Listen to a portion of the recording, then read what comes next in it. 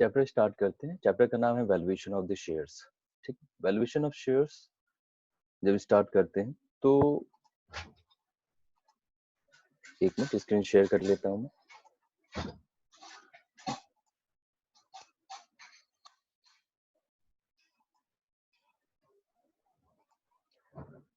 जब valuation of shares start करते हैं तो हमने देखा कि उसके कैलकुलेट करने का, शेयर का वैल्यूएशन करने का 3 मेथड्स होते हैं। आपके शेयर का वैल्यूएशन क्यों करने की जरूरत पड़ती है ये मैंने पहले की क्लासेस में बताया है।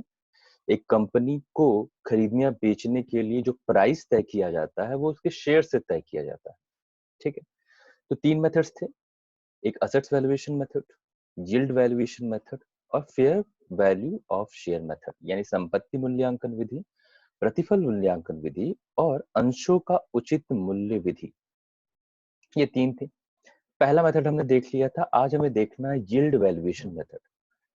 यील्ड वैल्यूएशन मेथड में क्या होता है कि कंपनी को होने वाले प्रॉफिट के हिसाब से हम ये तय करते हैं कि शेयर का प्राइस क्या होगा। अब कंपनी को होने वाले प्रॉफिट कैसे शेयर का प्राइस तय करेंगे? करते हैं, बिल्कुल करते हैं। जब शेयर, जिस किसी कंपनी को प्रॉफिट ज्यादा होने लगता है तो लोग उसके शेयर्स को खरीदने के लिए डिमांड करने लगते हैं, और जब शेयर्स की डिमांड ज्यादा होती है तो उसके प्राइस में क्या होता है? इंक्रीज होता है। और वह ये लॉस होता है तो जस्ट इसके अपोजिट हो जाता है। पापा चेंज कर दीजिएगा जरा जल्दी से, चेंज कर दीजिएगा।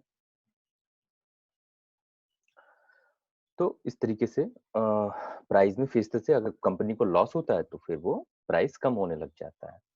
तो ये था। अब स्टार्ट करते हैं आपका यील्ड मेथड। ठीक है ना।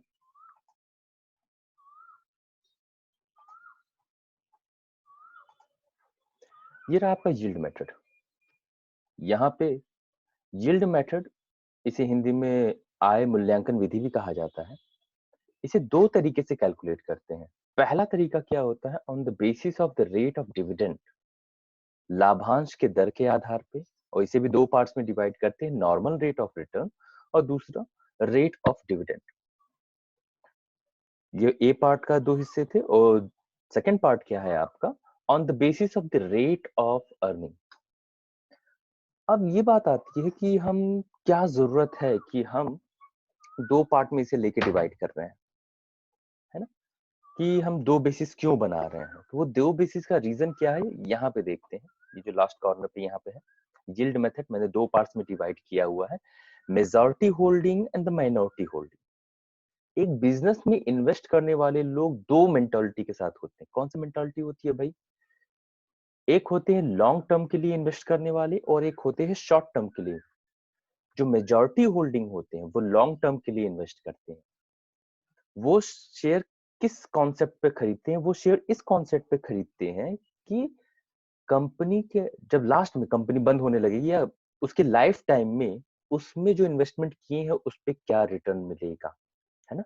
लॉन्ग टर्म की बात करते, एक बिजनेस की कितनी टोटल अर्निंग हो रही है ना, उस पे फोकस होता है। ठीक, इसी वजह से क्या, ये जो सेकंड पार्ट हम देख रहे हैं, ये सेकंड वाला पार्ट, वो इन्हीं के लिए है। On the basis of the rate of earning, एक कंपनी की पूरी अर्निंग क्या होगी लॉन्ग टर्म। मैं जब बात करते हैं माइनॉरिटी होल्डिंग की बात करते हैं तो ये क्या होते हैं? शॉर्ट टर्म के लिए पैसा इन्वेस्ट करते हैं। तो इनके लिए क्या दिमाग में रहता है कि ये कंपनी हर साल कितना दे सकती है हमें, यानी हर साल प्रॉफिट का कितना हिस्सा, यानी डिविडेंड। ठीक है ना, प्रॉफिट का ही हिस्सा जो पार्टनर्स में बांट दिया जाता है उसे डिविडेंड कहा जाता है। तो इसी वजह से इनके हिसाब से ये पहला मेथड होता है, on the basis of the rate of dividend. Dividend के बेस पे शेयर का प्राइस निकालना और कंपनी पूरा कितनी अर्निंग कर रही है उसके बेस पे शेयर का प्राइस निकालना। ठीक है ना। चलिए आगे बढ़ते हैं, पहले पार्ट पे चलते हैं, जहां पहला पार्ट है on the basis of the rate of dividend. इसको 2 पार्ट्स में इसका फॉर्मूला है। पहला है नॉर्मल रेट ऑफ रिटर्न। देखो 2 पार्ट में क्यों डिवाइड किया गया है, कंडीशन क्या है? पहला, जब क्वेश्चन में रेट ऑफ डिविडेंड आपको दिया हो, क्वेश्चन में मेंशन करके रखा रहे भाई रेट ऑफ डिविडेंड कितना है, तो आपको ये फॉर्मूला लगा देना, सीधे सीधे वैल्यू, शेयर की वैल्यू निकालनी है। रेट ऑफ डिविडेंड उसको डिवाइड कर देंगे नॉर्मल रेट ऑफ रिटर्न से।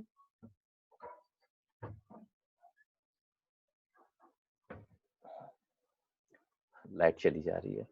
नॉर्मल रेट ऑफ रिटर्न से, नॉर्मल रेट ऑफ रिटर्न ये जो दिया हुआ है, ये क्वेश्चन में आपको दिया रहेगा और इसे मल्टीप्लाइड कर देना है पेड वैल्यू ऑफ शेयर्स। अब ये पेड वैल्यू ऑफ शेयर्स क्या है?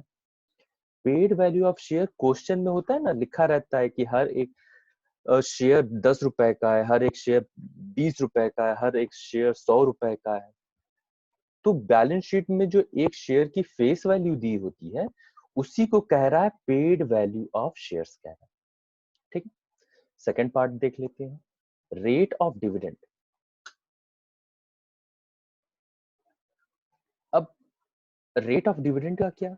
अगर क्वेश्चन में आपको रेट ऑफ डिविडेंड नहीं दिया है तो आपको अब रेट ऑफ डिविडेंड कैलकुलेट करना पड़ेगा। कैसे कैलकुलेट करना पड़ेगा? सबसे पहले रेट ऑफ डिविडेंड आप निकालेंगे। कैसे ये निकलेगा? Amount of dividend. Amount of dividend से समझिएगा कि वो हिस्सा प्रॉफिट का जो पार्टनर्स में, यानी पार्टनर्स ने कहे शेयर होल्डर्स में डिस्ट्रीब्यूट करने के लिए हमने बचाया है ना, हमने अलग किया, डिसाइड किया है। समझ लो कंपनी को 4 करोड़ का फायदा हुआ, तो कंपनी ने ये डिसाइड किया हम 3 करोड़ रुपए क्या करेंगे, अपने शेयर होल्डर्स में बांट देंगे। तो अब वो 3 करोड़ जो हमने बांटने के लिए रखा, उसी अमाउंट को कह रहे हैं amount of dividend divided by paid up equity share capital.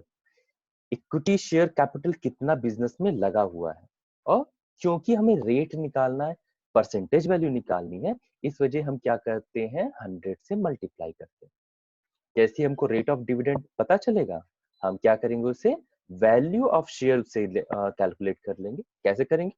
Rate of dividend जो ऊपर आपने निकाला, उसको डिवाइड कर देंगे किससे, normal rate of return question में दिया रहेगा, और फिर multiplied by paid value of shares. Paid value of shares मतलब अभी बताया, बैलेंस शीट में आपको दिया रहेगा कि हर एक शेयर की वैल्यू कितनी है। ठीक,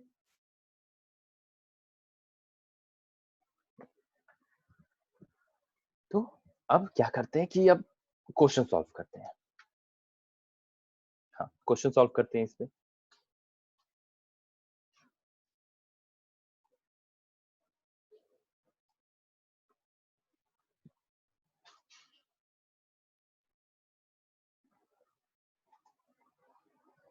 ये रहा आपका क्वेश्चन। इससे पहले बड़े में दिखा देता हूँ क्वेश्चन में क्या रहा है, नोट कर लीजिएगा इसे आप लोग।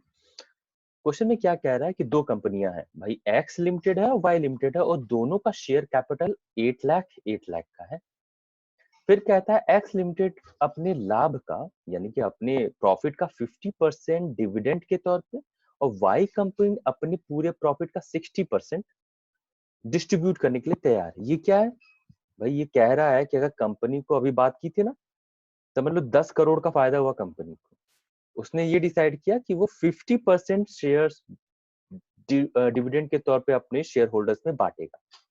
तो 10 करोड़ का फायदा, 5 करोड़ वो बांटेगा, 5 करोड़ बचा लेगा। ये बचाने वाला कॉन्सेप्ट क्या होता है भाई? इसे हम रिटेन्ड अर्निंग भी कहते हैं। कंपनी को फायदा हुआ, हर साल फायदा हो ये जरूरी नहीं है, कुछ नुकसान हो सकते हैं किसी साल, तो वो क्या करते हैं, प्रॉफिट में से कुछ पैसा बचा के कंपनी रखती है फ्यूचर के लिए, है ना। इसी के लिए वो जनरल रिजर्व बनाती है, प्रॉफिट में से कुछ हिस्सा बचा लेती है, जिसे रिटेन्ड अर्निंग कहा जाता है। तो एक्स लिमिटेड ने क्या कहा कि वो जितना प्रॉफिट हो रहा है उसका 50% बांटेगा, और वाई लिमिटेड जो है वो 60% लोगों में बांटेगा। एक्स लिमिटेड का क्या हो रहा है, प्रॉफिट 2 लाख का हो रहा है, और वाई लिमिटेड का भी 2 लाख हो रहा है। हमें क्या करना है, हमें एक्स लिमिटेड और वाई लिमिटेड का क्या निकालना है, शेयर प्राइस निकालना है। यहाँ पे क्वेश्चन में दे दिया है कि नॉर्मल रेट ऑफ रिटर्न कितना है, सामान्य आय की दर, normal rate of return 10% question में दे दिया है। और ये भी बता दिया था हर एक शेयर, दोनों ही कंपनी के हर एक शेयर की वैल्यू 10 रुपए है, 100 रुपए है सर। अब हमें शेयर की वैल्यू निकालनी है। ठीक है भाई, चलो इसे रखते हैं कोने में, इसे थोड़ा सा बड़ा कर देते हैं। हाँ, हो भी गया। ओके, चलिए स्टार्ट करते हैं। सबसे पहले हमें क्या निकालना पड़ेगा,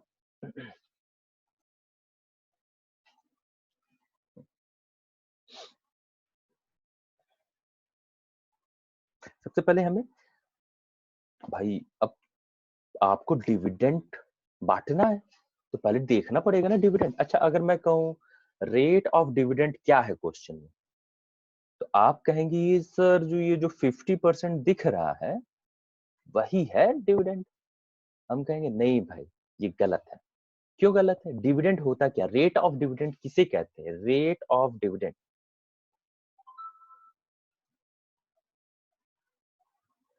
रेट ऑफ डिविडेंड, ये होता क्या है?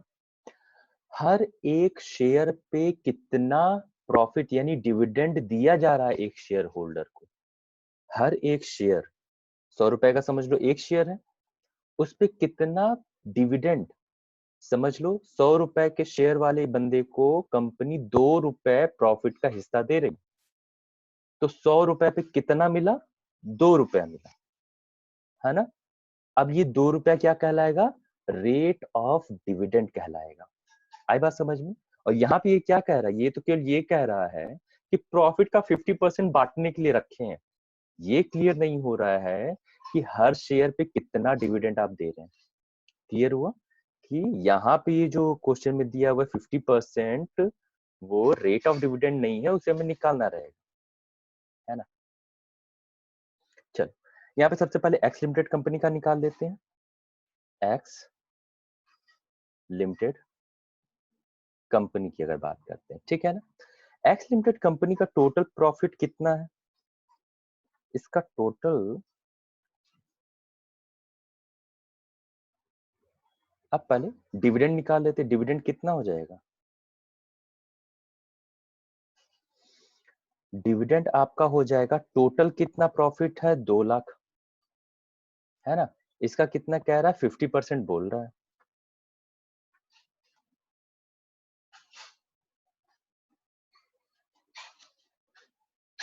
50% इसका हो जाएगा कितना? 50% इसका हो जाएगा, सिंपल बात है, 1 लाख रुपए का हो जाएगा। ये हो गया कौन सा? डिविजिबल प्रॉफिट इसे, है ना? ऐसा प्रॉफिट जो डिवाइड करने के लिए बच गया हमारे पास, है ना? चल, अभी क्या करना है हमको? अब क्वेश्चन में हमें क्या चाहिए? देखो क्वेश्चन में आपके सामने निकाल दे एक बार। इस क्वेश्चन में बताओ रेट ऑफ डिविडेंड मिला है क्या? नहीं पता है हम, तो हमें रेट ऑफ डिविडेंड पहले निकालना पड़ेगा। उसका फॉर्मूला क्या है? उसका फॉर्मूला है अमाउंट ऑफ डिविडेंड, यानी प्रॉफिट बांटने के लिए कितना हमारे पास है। ठीक, तो यहाँ पे हम क्या निकालेंगे? सबसे पहले रेट ऑफ डिविडेंड निकालेंगे। रेट ऑफ डिविडेंड निकालेंगे। अब रेट ऑफ डिविडेंड के लिए हमें क्या चाहिए? प्रॉफिट का वो हिस्सा जो हमने बांटने के लिए बचा के रखा हुआ। कितना बचा के रखा हुआ है? 1 लाख। अभी ऊपर कैलकुलेट किया हमने, है ना? ये 1 लाख है। अब इस 1 लाख को हमें क्या करना है? हमें अब इसको डिवाइड करेंगे। किससे डिवाइड करेंगे? शेयर कैपिटल से। कितना शेयर कैपिटल है बिजनेस में इक्विटी वाले का? 8 लाख का है, हमने अभी क्वेश्चन में पढ़ा था, है ना?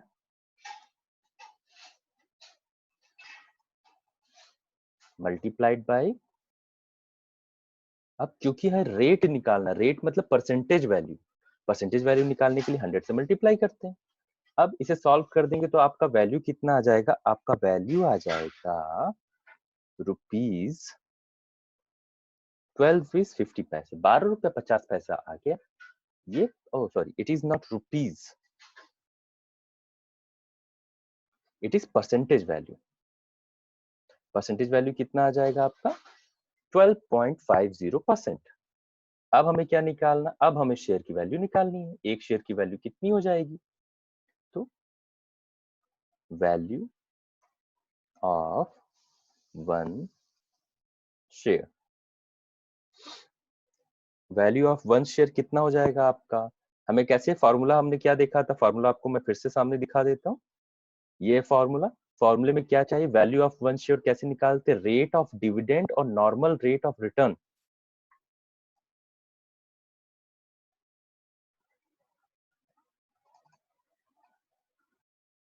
हाँ, यहाँ देखिए, यहाँ पे लिखा है rate of dividend. Rate of dividend बेटा आपने कितना निकाला है? आपने रेट ऑफ डिविडेंड निकाला है 12.50,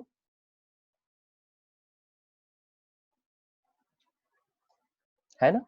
12.50 निकाला है। अब इसी को हम क्या करेंगे? डिवाइड कर देंगे।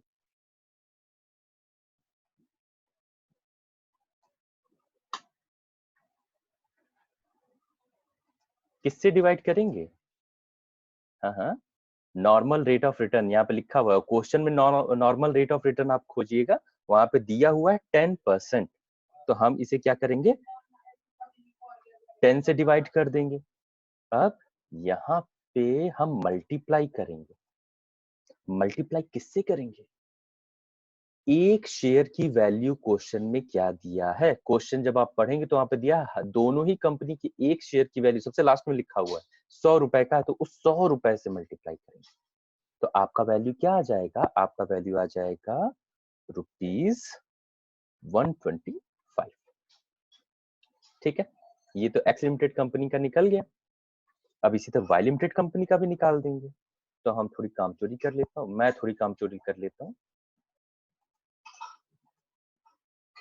इसे मैं थोड़ा बड़ा कर लेता हूँ, कंट्रोल, इससे ज्यादा बड़ा नहीं होगा। ठीक, अब ये वैल्यूज यहाँ से हटा दूं मैं।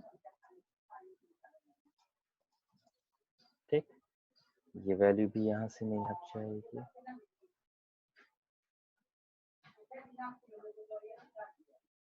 हाँ,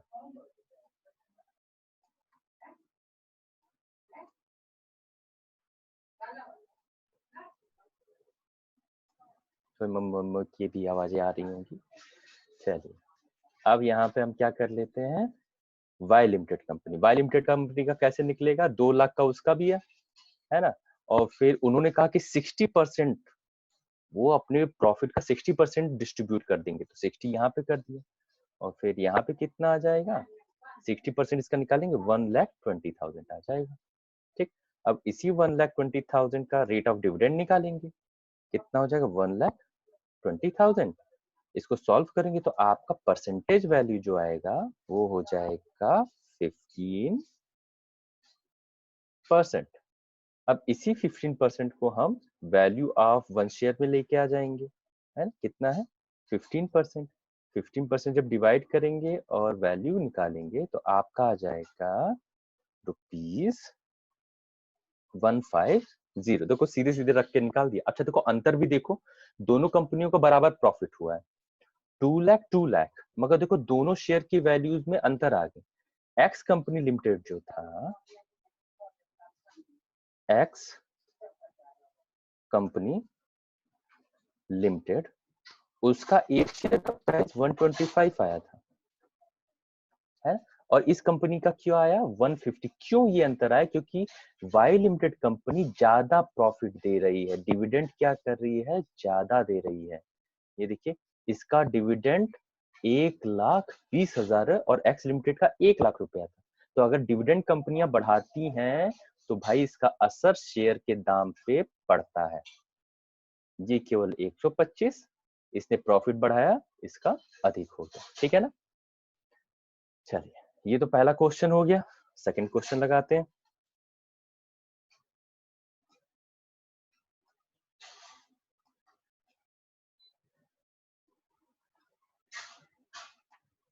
हाँ, ये है हमारा सेकंड क्वेश्चन।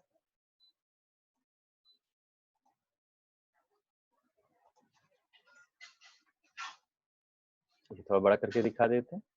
अब देखो ये क्वेश्चन थोड़ा ना ज्यादा अच्छा है। यहाँ पे कैसे क्या कह रहा है? यहाँ पे ये कह दिया है कि भाई calculate the value of the equity share, समता अंश का मूल्य निकालिए। और यहाँ पे क्या कर दिया? प्रेफरेंस शेयर्स को भी दे दिया उठा के। फिर क्या किया है? अब यहाँ प्रॉफिट्स दिए हुए, जैसे ही प्रॉफिट दे दिया इसका मतलब भाई हमें निकालना है डिविडेंड मेथड से। अब डिविडेंड मेथड से चाहिए तो एक प्रॉफिट चाहिए ना, यहाँ पे तो 4 साल का प्रॉफिट दे दिया।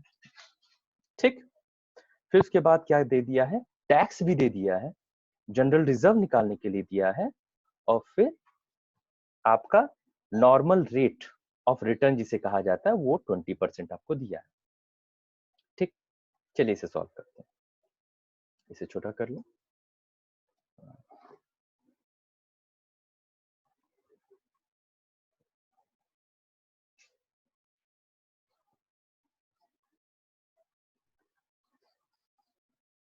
हाँ चलिए, अब भाई आपको सबसे पहले क्या चाहिए? आपको तो सबसे पहले क्या चाहिए? प्रॉफिट चाहिए। अब यहाँ पे प्रॉफिट कैसे कैलकुलेट होगा? सबसे पहले कैलकुलेशन ऑफ द प्रॉफिट,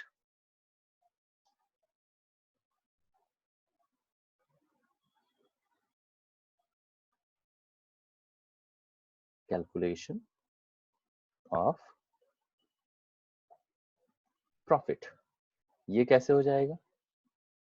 अब देखो हम क्या निकालते हैं ना, एवरेज प्रॉफिट निकालते थे।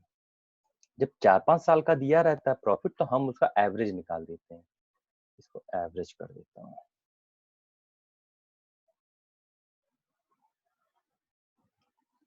ठीक, एवरेज प्रॉफिट में कितना कितना वैल्यू है आपका? 1,90,000 है, मल्टीप्लाइड बाई आपका फिर कितना है? 2,10,000 का है, 2,10,000। फिर क्या है? प्लस, ओहो वहां पे गलती कर दिया, प्लस है 2,10,000। फिर आप लिखेंगे 2,05,000 और फिर प्लस कर देंगे 2,15,000। ठीक है, ये आपने प्रॉफिट ऐड कर दिया। आपको एवरेज निकालना है इसका, आप क्या करेंगे?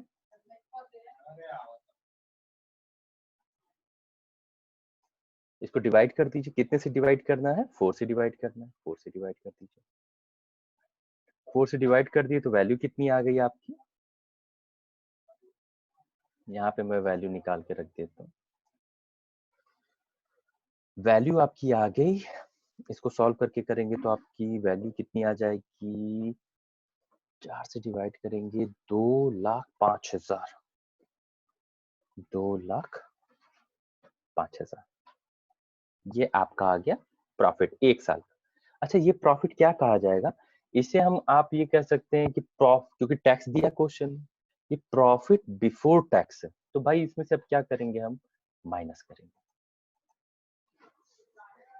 लेस, लेस क्या करेंगे? टैक्स की वैल्यू। टैक्स कितना है आपका? 50% टैक्स है। जब भी कंपनी को प्रॉफिट उफिट होता है तो पहले टैक्स देना पड़ेगा ना भाई, तो पहले टैक्स पे करेंगे, पहली रिस्पॉन्सिबिलिटी टैक्स पे करने की, तभी तो घर, सड़क, ब्रिज ये सब बनेगा भाई। तो टैक्स कितना है? 2,05,000 पे 50% के रेट से, 50% के रेट से निकाल दिया तो कितना आ गया आपका? इसी का जस्ट आधा आ जाएगा, 1,02,500। तो वैल्यू कितनी बचेगी हमारी?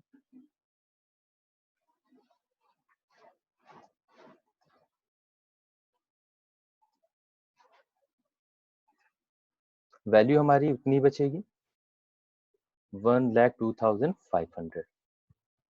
ठीक, ये क्या कहलाएगा? ये हमारा कहलाएगा profit before tax, sorry profit after tax. Tax घटा दिया तो profit after tax, profit after tax.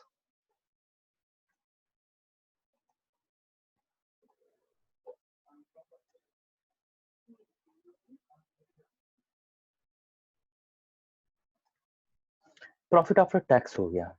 अब कंपनी में देखिए टैक्स के नीचे ही कहा है कि जनरल रिजर्व भी बनाना है। प्रॉफिट में से हमें जनरल रिजर्व यानी पैसा बचा के रखना है अपने के लिए, ठीक है ना? तो हम यहाँ पे क्या करेंगे? लेस करेंगे, less general reserve, general reserve. General reserve के लिए क्या कह रहा है? 20% प्रॉफिट का हिस्सा। प्रॉफिट आपका कितना बचा हुआ है? प्रॉफिट आपका है 1,02,500।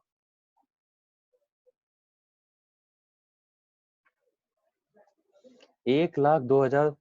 अब इसका कितना? 20%, 20%, ठीक। 20% इसका निकाल देंगे तो वैल्यू कितनी आ जाएगी आपकी? वैल्यू इसका आ जाएगा आपका 2000, 20,500, 20,500 ये वैल्यू आ गई। एक और चीज, अब जनरल रिजर्व के लिए पैसा बचा लिया। आप देखिए यहाँ पे आए हैं प्रेफरेंस शेयर्स, आपको बांटना है प्रॉफिट। कंपनी में पैसे दो तरीके से, इक्विटी और प्रेफरेंस। प्रेफरेंस शेयर बोला क्यों जाता है? प्रेफरेंस शेयर वो होते हैं जिनको प्रॉफिट में से पहले हिस्सा दिया जाए, है ना। तो इक्विटी वालों को बाद में मिलेगा, पहले प्रेफरेंस शेयर वालों का डिविडेंड का पैसा हमें देना पड़ेगा। हमेशा दिमाग में सेट करके रखिए, रटने वाली चीज नहीं है ये समझने वाली चीज है कि अगर प्रॉफिट आया, हमारे पास कितना प्रॉफिट बचा जनरल रिजर्व निकालने के बाद, अब उस प्रॉफिट में से सबसे पहले हम प्रेफरेंस शेयर वालों को प्रॉफिट का हिस्सा देते हैं, ठीक है ना। तो हम माइनस करेंगे, यहाँ पे फिर से लेस करेंगे। लेस किसका?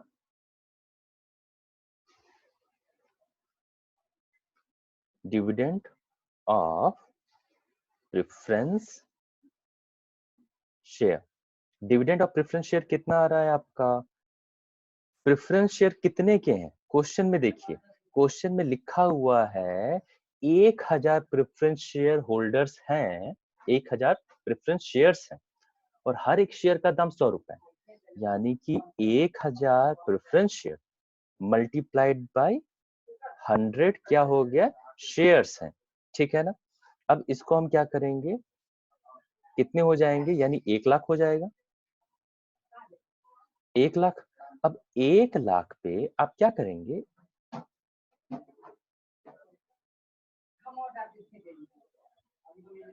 1 लाख हो गया। अब 1 लाख पे देखो, प्रेफरेंस शेयर के आगे ही एकदम पहले उसकी शुरुआत में लिखा हुआ 14% प्रेफरेंस शेयर। 14% प्रेफरेंस शेयर मतलब प्रेफरेंस शेयर होल्डर्स को उनकी कैपिटल पे 14% हमें देना पड़ेगा। इसमें 14% आप कैलकुलेट कर लीजिए, है ना। 14% कैलकुलेट करेंगे तो कितना आ जाएगा? आपकी वैल्यू आ जाएगी 14,000,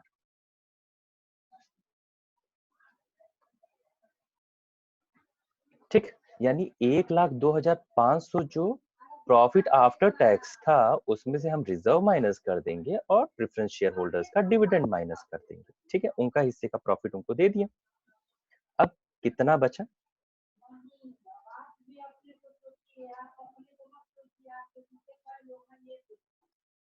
हाँ, अब इसका प्रॉफिट का हिस्सा कितना हो जाएगा? 1,02,500 में से 20,500, 14,000 क्या करेंगे, माइनस कर देंगे तो आपकी वैल्यू आ जाएगी 68,000।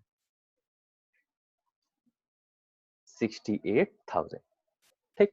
68,000 क्या है? ये ऐसा प्रॉफिट है जो इक्विटी शेयर वालों के लिए अवेलेबल है ना? तो हम इसे लिख देंगे profit available for equity share holders.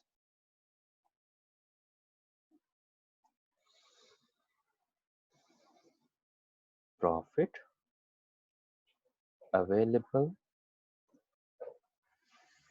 For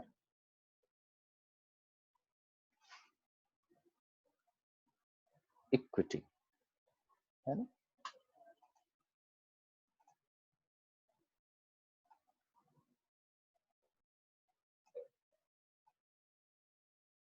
यानी शुरुआत में 2,50,000 5,000 का प्रॉफिट था, टैक्स माइनस कर दिए, रिजर्व बचा लिए, प्रेफरेंस शेयर का उनका हिस्सा दे दिया, अब जो बचा इक्विटी वालों का हुआ। अब हमें क्या निकालना? Rate of return. क्वेश्चन में दिया नहीं है, हमें निकालना पड़ेगा।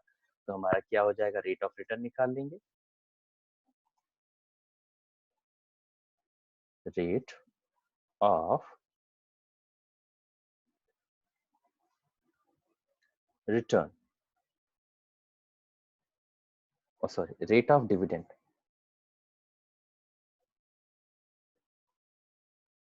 Rate of dividend, rate of dividend कैसे निकलेगा? सिंपल सी चीज है, यही जो हमारा प्रॉफिट आया है इसी को हम लेके जाएंगे,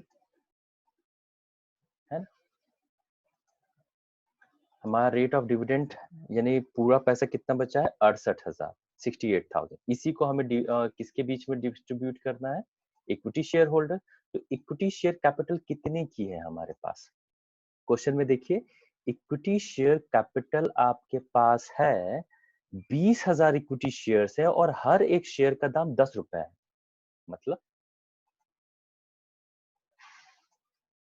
20,000 इक्विटी शेयर्स है और हर एक का दाम 10 रुपए है, तो मल्टीप्लाई हो जाएगा। आपकी वैल्यू कितनी हो जाएगी, क्योंकि रेट निकालना है हमें, तो जब भी रेट निकालते हैं तो मल्टीप्लाइड बाय क्या हो जाता है बेटा, 100 हो जाता है ना। तो हमारा हो क्या जाएगा, 68,000 में से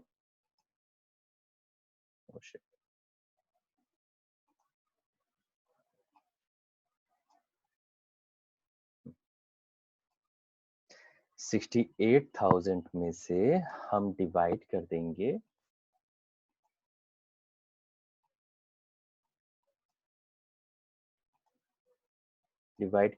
2 लाख से, 2 लाख से मल्टीप्लाई हो जाएगा 100 से, क्योंकि रेट निकालना है, परसेंटेज रेट निकालना है। आपका टोटल कितना आ जाएगा, 34%। ठीक, 34% आ गया, हमारा रेट ऑफ डिविडेंड निकल गया। अब क्या हम निकाल देंगे, सही, value of one equity share, value of one equity share.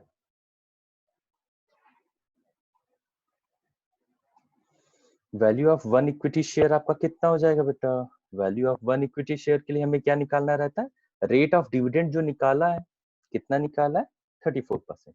इसको हम किससे डिवाइड कर देंगे, इसको हम डिवाइड कर देंगे normal rate of return. Normal rate of return question में देखिए 20% दिया हुआ है, यहाँ पे ये 20% दिया हुआ है, डिवाइडेड बाय 20 और फिर मल्टीप्लाइड बाय, यहाँ पे उसे मल्टीप्लाई कर देंगे, किससे मल्टीप्लाई करें, एक इक्विटी शेयर की वैल्यू, क्वेश्चन में देखिए एक इक्विटी शेयर की वैल्यू, यहाँ पे देखो 10 रुपया दिया हुआ है, तो हम यहाँ पे 10 रुपए से मल्टीप्लाई करेंगे और वैल्यू आपकी आ जाएगी ₹17 तो इस तरह से हमारा इक्विटी की वैल्यू आ जाएगी। ठीक है ना, तो देखो क्वेश्चन में क्या था हमारे, 10 रुपए का एक इक्विटी शेयर की वैल्यू थी। अब जब उसे कैलकुलेट किया गया तो वो क्या हो गई है, 17 रुपीज हो गई। ठीक है, चलो ओके।